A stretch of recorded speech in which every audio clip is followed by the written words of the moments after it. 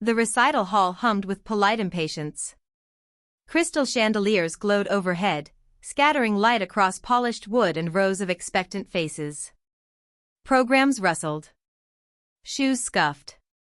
Whispers floated like dust in the air. This was an evening for prodigies, for names already circled in red by critics and instructors alike. And then there was him. He sat near the back, posture slightly stiff, suit a shade too plain for a room filled with tailored confidence. No entourage. No introductions. When his name appeared briefly on the program, a few brows lifted, then fell again. No one leaned forward. No one whispered his reputation. The maestro at the front barely glanced his way. One by one, performers took the stage. Fingers flew. Applause came on cue, measured, polite, sometimes enthusiastic, never surprised. The maestro nodded, offered murmured critiques, adjusted his glasses. Time passed. Finally, the announcer cleared his throat. Next, we have a late edition. A pause. The simple man rose. Chairs creaked. A few people shifted, curious more than interested.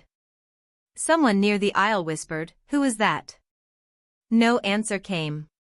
He walked to the piano without ceremony, each step unhurried. He did not bow. He did not smile. He adjusted the bench once, lightly, then rested his hands in his lap, not on the keys. The hall grew quiet, but not with anticipation. With indifference. The maestro glanced up, ready to mark another competent but forgettable performance. The man closed his eyes. When his fingers finally touched the keys, it wasn't with urgency or flourish. It was with certainty. The first note emerged, soft, almost fragile, yet it carried in a way the others hadn't. It wasn't loud. It wasn't fast. It was deliberate. A second note followed. Then a third. The melody began to form, not announcing itself, but unfolding, like a memory remembered rather than performed. The maestro's pen slowed. Conversations died mid-thought. Somewhere in the audience, a breath caught. Because this wasn't a piece meant to impress. It was a piece meant to reveal. And as the melody deepened, threading emotion through every measured pause, the room began to realize, far too late, that they were no longer listening to a recital. They were listening to a confession written in music. The melody widened, then dipped, unafraid of silence, unafraid of restraint. His hands moved with an economy that defied spectacle. No dramatic lifts. No unnecessary motion. Yet every note landed exactly where it needed to, as if the music itself had chosen him as its voice. The piano responded differently under his touch, warmer, fuller, strings vibrating with a depth that made the instrument feel suddenly alive. The maestro straightened. He had heard brilliance before. He had taught it, molded it, applauded it. But this was something else. This was not technical ambition chasing approval. This was truth. A passage emerged that sounded almost hesitant, the left hand whispering while the right traced a fragile line above it. A few audience members leaned forward now, unaware they were doing it. Programs slipped from laps and lay forgotten on the floor. The man's eyes remained closed. He wasn't playing for the hall. He was playing for something far older. The melody shifted, introducing a subtle dissonance, not wrong, just unresolved. It lingered, tugging at the chest, demanding attention without begging for it. The maestro's pen stopped entirely, suspended in midair. He recognized that feeling. The moment when a musician stops performing and starts remembering. The man's shoulders tightened slightly as the piece grew more complex. A storm gathered, not loud, not violent, but heavy, like words left unsaid for years. His fingers pressed deeper now, coaxing darker tones from the piano, and the room seemed to shrink around the sound. Someone in the front row wiped at their eyes, surprised by the gesture. The maestro's gaze never left the man's hands. He saw discipline there. Pain. Patience. Years of restraint poured into restraint still held. This was not a composition learned recently. This was something lived with, refined quietly, alone, when no one was listening. The melody softened again, retreating to where it began. A single note rang out, pure and exposed. It hung in the air. And in that suspended moment, before the next phrase could resolve it, the maestro felt his chest tighten with an emotion he had not expected to feel tonight. Recognition. Because he knew now, whatever came next in this music would change the way the room understood what mastery truly sounded like. The maestro leaned forward, elbows resting lightly on his knees, as if drawn closer by the gravity of the sound. He had stopped evaluating altogether. There were no categories for this. No margins to mark. No framework to contain it.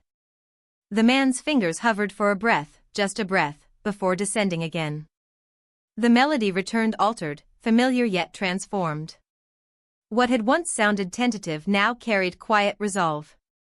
The left hand anchored the piece with a steady, almost heartbeat-like rhythm, while the right traced a line that rose and fell with restrained confidence. It felt intentional. As if the music were telling a story in chapters. A memory surfaced for the maestro, an old conservatory hall, a night long ago, a teacher who had once told him that the hardest thing to teach was not speed or precision, but honesty. He hadn't thought of that lesson in years. Now it was standing in front of him, embodied. The audience no longer shifted. No coughs. No whispers. Even the chandeliers seemed to hold their light still.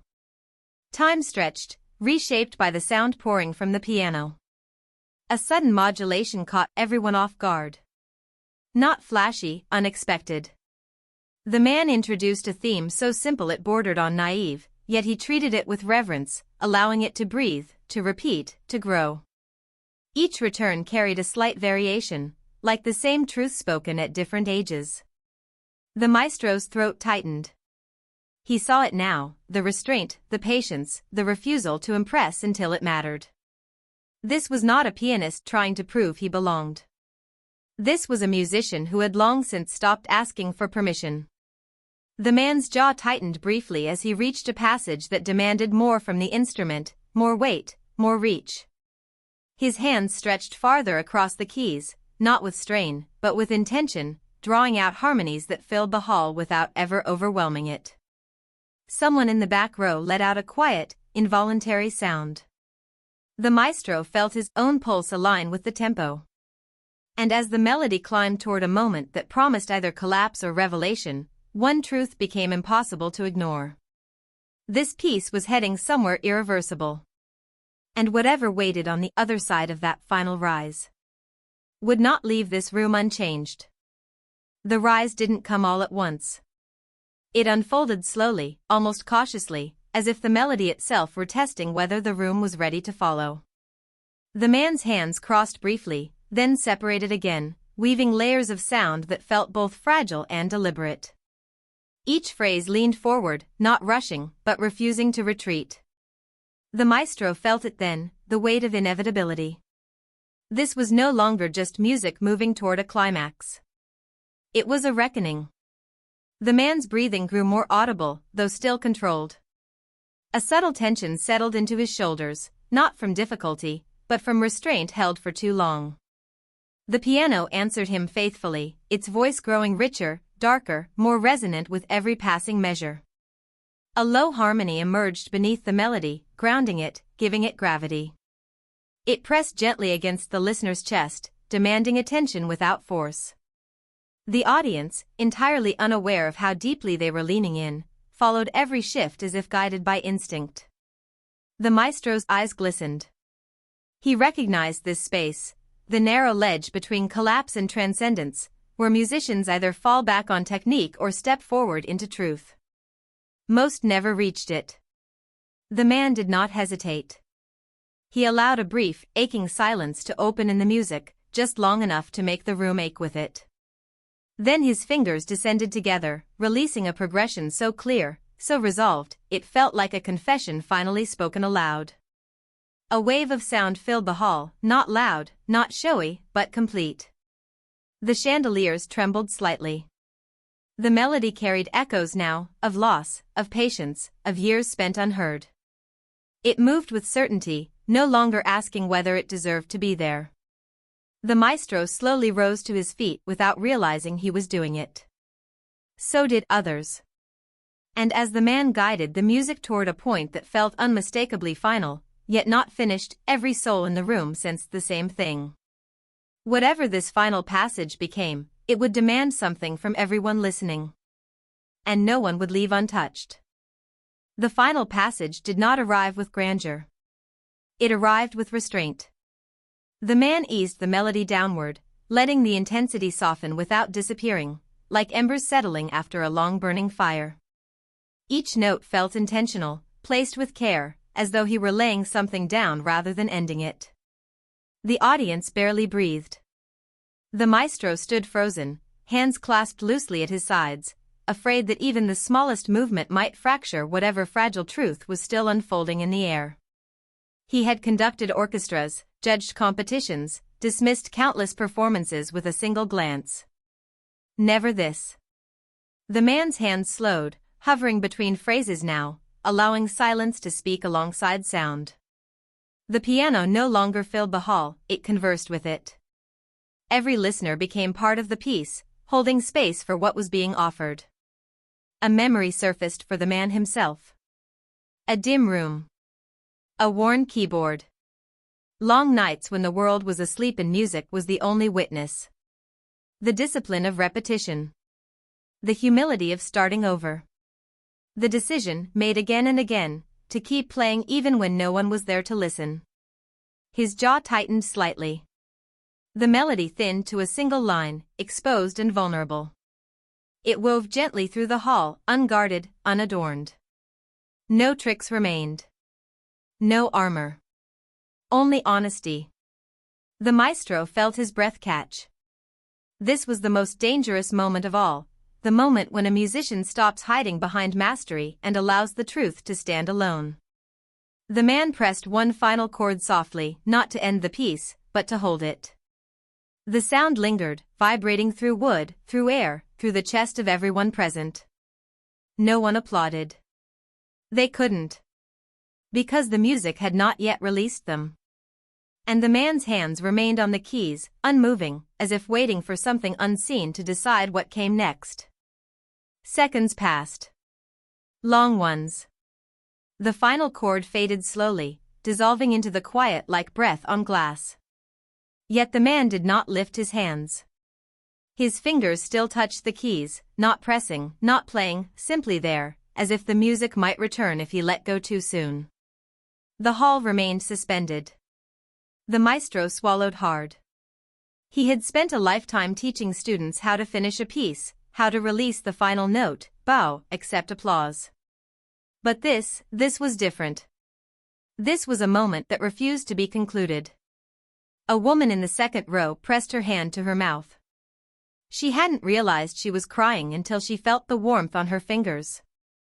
Others felt it too, that strange ache behind the eyes, the quiet heaviness in the chest that comes when something deeply personal has been named without words. The man finally lifted his hands, slowly, deliberately. But instead of standing, instead of turning to face the audience, he remained seated. The maestro noticed then how still he was. Not triumphant. Not relieved. Almost wary. As if finishing the music had exposed something he wasn't sure he meant to show. A single person began to clap. Then stopped. The sound felt wrong, too sharp, too small. The maestro raised one hand gently, signaling silence, and the room obeyed without question. His eyes never left the man at the piano. "May I ask," he said quietly, his voice carrying without effort, "what that piece is called?" The man hesitated. For the first time that evening, he opened his eyes fully and looked out at the hall. Not at the chandeliers. Not at the audience as a whole. At the maestro.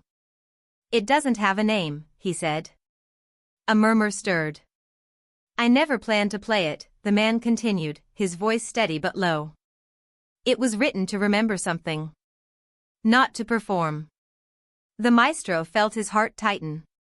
Then why tonight? The man's gaze drifted briefly to the empty space beyond the stage lights, somewhere far older than the hall itself. Because, he said, I realized if I didn't play it now, it might disappear. Silence returned, deeper than before. The maestro took a slow step toward the piano. And in that moment, everyone in the room sensed it, the conversation between them was not over. It was only just beginning. The maestro stopped a few steps from the piano. Up close, he could see the man's hands clearly now, the faint calluses, the subtle tremor he had kept so carefully hidden while playing. These were not the hands of someone chasing stages or accolades. These were hands shaped by persistence, by long hours spent perfecting something no one had asked him to prove. You understand, the maestro said slowly, choosing each word with care, that what you played just now, it isn't something that happens by accident. The man gave a small nod. I know. Then you also understand, the maestro continued, that pieces like that don't vanish. They wait. The man's gaze dropped briefly to the keys. Some things wait so long they forget what they were meant to be. The maestro felt that land deep. Around them, the audience remained seated, unwilling to break the spell. No phones. No whispers. Even the ushers stood frozen at the doors, sensing that leaving now would mean missing something far more important than a performance. The maestro rested a hand lightly on the edge of the piano. Who did you write it for? He asked, softly now. The man inhaled, slow and measured. For the version of myself that almost quit, he said. And for the people who never got to hear what they carried. A low, collective breath moved through the hall. The maestro closed his eyes for a brief moment, then opened them again, changed. You understand, he said, that music like that doesn't belong to silence anymore. The man looked up. There was no fear in his eyes, only caution. Belonging has a cost. Yes, the maestro agreed. And hiding does too. He straightened and turned, finally, to face the audience. They watched him closely now, knowing instinctively that something rare was unfolding, not a judgment, not an invitation, but a crossroads. This recital, the maestro said, his voice calm but resonant, was meant to showcase excellence. He paused, then glanced back at the man. But what we've heard tonight, he continued, is something far more difficult to teach. The man shifted slightly on the bench. Because whatever the maestro was about to say, whatever door he was about to open, would not allow the music, or the man who played it, to remain unseen any longer. And once that threshold was crossed, there would be no returning to anonymity. The maestro let the silence stretch just a moment longer, long enough for its weight to be felt, not feared. He turned fully toward the audience now, but his words were still meant for the man at the piano. There are nights, he said, when technique dazzles. When brilliance impresses. And then there are nights like this, when something older than instruction speaks. A ripple moved through the hall, not applause, but understanding. The man shifted on the bench, finally straightening his posture as if bracing himself. He had not come prepared for this conversation. He had come to play, to release something, and then to disappear again into the margins where expectations could not follow. The maestro gestured gently toward the piano. Would you allow us, he asked, to hear it once more? The question was careful. Respectful. Not a command. The man's fingers curled slightly, instinctively, then relaxed. He didn't answer right away. His eyes drifted across the hall, faces softened, eyes bright, strangers suddenly bound together by something they could not name. He swallowed. It won't be the same, he said quietly. It never is. The maestro smiled, not triumphantly, but knowingly. It isn't meant to be. The man looked down at the keys again. This time, there was no hesitation in his posture, only resolve edged with vulnerability. He adjusted the bench by a fraction, rolled his shoulders once, and placed his hands back on the piano. A hush fell deeper than before. This was no longer a performance offered reluctantly. This was a choice. The first note returned, familiar, yet altered. Where before it had sounded like memory, now it carried intention. The melody breathed differently, shaped by the presence of witnesses. It was no longer alone. The maestro felt it immediately. The piece was changing, not losing its truth, but expanding it. And as the music unfolded again, richer and more daring this time, one undeniable realization settled over the hall. Whatever had begun as a private confession was becoming something else entirely. Something that could no longer belong to just one man. And the moment it finished revealing what it wanted to become. Every life it touched, including his, would be pulled in a direction none of them had planned for. The melody moved forward with new breath, no longer tentative, no longer guarded. This time, the man allowed the phrases to stretch, just slightly, letting the music take up space it had never been given before. His hands traveled farther across the keyboard, not to show range, but to explore it, as though he were discovering the piece alongside everyone listening. The audience felt it too. What had once sounded like remembrance now carried courage. The maestro's eyes widened as subtle variations emerged, notes that hadn't been there before, harmonies that deepened the emotional weight without disturbing its core. This wasn't improvisation born of ego. It was evolution born of trust. Trust in the room. Trust in himself. The piano answered with resonance that seemed almost vocal, as if the instrument itself had been waiting years for permission to speak this freely. The hall vibrated gently, not with volume, but with presence. A young student near the aisle clasped her hands together, barely aware she was holding her breath. An older patron closed his eyes, nodding faintly, as though recognizing something he thought he'd lost. The man's expression softened.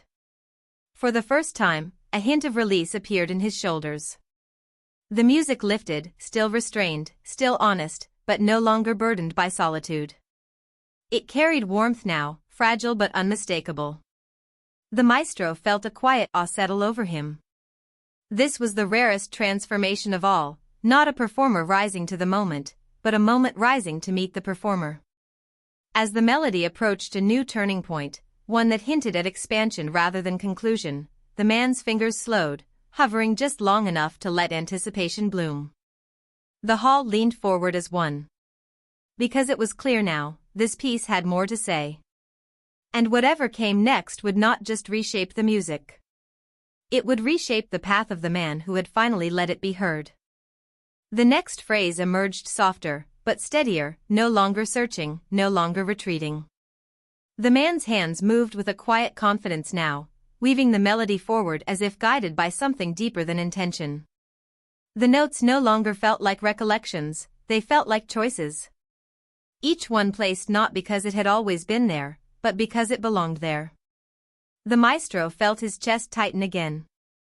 He realized, with a kind of reverent shock, that he was witnessing the birth of a piece in real time, not its creation, but its becoming. This was music shedding its private skin. The audience followed instinctively, bodies still, senses sharpened. The air in the hall seemed denser, charged with an attention so focused it bordered on sacred. A gentle counter-melody appeared, unexpected and luminous. It wrapped itself around the original theme, not overpowering it, but lifting it, suggesting hope without declaring it. The man's lips parted slightly as he played, as though the music were pulling breath from him rather than the other way around. The tension in his hands gave way to fluidity, and the piano sang with a warmth that felt newly earned. The maestro nodded slowly to himself. This was no longer about whether the man belonged on that stage. It was about whether the stage was worthy of what it had been given. As the piece drifted toward another threshold, not an ending, but a widening, the man slowed again, allowing space for reflection. The music hovered, unresolved yet unafraid, inviting the listener to step into its uncertainty. Somewhere in that suspended moment, the man understood something he had resisted for years. The music did not need protection anymore. It had found its voice in the presence of others. And as his fingers prepared to guide the melody into whatever shape it would take next, one truth became impossible to ignore. This performance was no longer something he could carry alone. The realization settled into him slowly, like a tide that doesn't announce itself until the shoreline has already changed. His hands hesitated, not from doubt, but from awareness. The awareness that every note from here on would travel farther than the room, that the music was no longer contained by wood and wire and air. It had stepped beyond him. He leaned slightly closer to the keys, lowering his wrists, softening his touch. The melody responded instantly, drawing inward before expanding again, like a breath taken with intention. The counter-melody faded, replaced by a single line that carried an unfamiliar clarity. The maestro felt a quiet ache in his chest. This was the moment many musicians feared, the moment when the music asks something back. The man accepted it. He allowed a subtle brightness into the piece, not triumphant, not naive, but earned. The harmonies opened just enough to let light through, hinting at resolution without offering it. It felt like standing at the edge of a long road, seeing it stretch forward without knowing where it would end. The audience sensed the shift. Shoulders relaxed. Faces softened. Some leaned back now, not because the tension was gone, but because it had transformed into trust. The man's breathing synchronized with the tempo. Each phrase flowed into the next with quiet inevitability, and the piano seemed to follow him willingly, no longer something to be controlled, but something to move alongside. The maestro lowered himself slowly back into his seat, hands folded, eyes bright. He understood now, this was not a performance reaching its peak. It was a life realigning itself. As the melody curved gently toward a new horizon, one that promised neither closure nor escape, the man's fingers paused once more, hovering above the keys. The hall waited. Because whatever he chose to play next would decide not how the piece ended, but who he would be when he finally stood up from the bench. The pause stretched, no longer fragile, no longer uncertain. It was deliberate. The man let his hands fall back to the keys, not with urgency, but with acceptance. The next notes emerged clear and steady, carrying neither sorrow nor triumph, but something rarer, peace earned through struggle. The melody did not resolve in a grand flourish. It did not demand applause or recognition. Instead, it settled gently, confidently, into a harmony that felt complete without being final. A truth stated plainly, with nothing left to prove. The piano's last tones faded slowly, like light at dusk. This time, when the sound disappeared, it released the room. The man lifted his hands and stood. Silence held for one heartbeat longer, then the hall rose with him. Applause broke out, not explosive, but deep and sustained, the kind that comes from understanding rather than excitement. The maestro stood as well, eyes shining, clapping not as a judge but as a witness. He stepped forward and spoke only 3 words, quietly, meant for the man alone. "Thank you, maestro." The man inclined his head, not in pride, but in acknowledgement, and for the first time that evening, he allowed himself a small smile.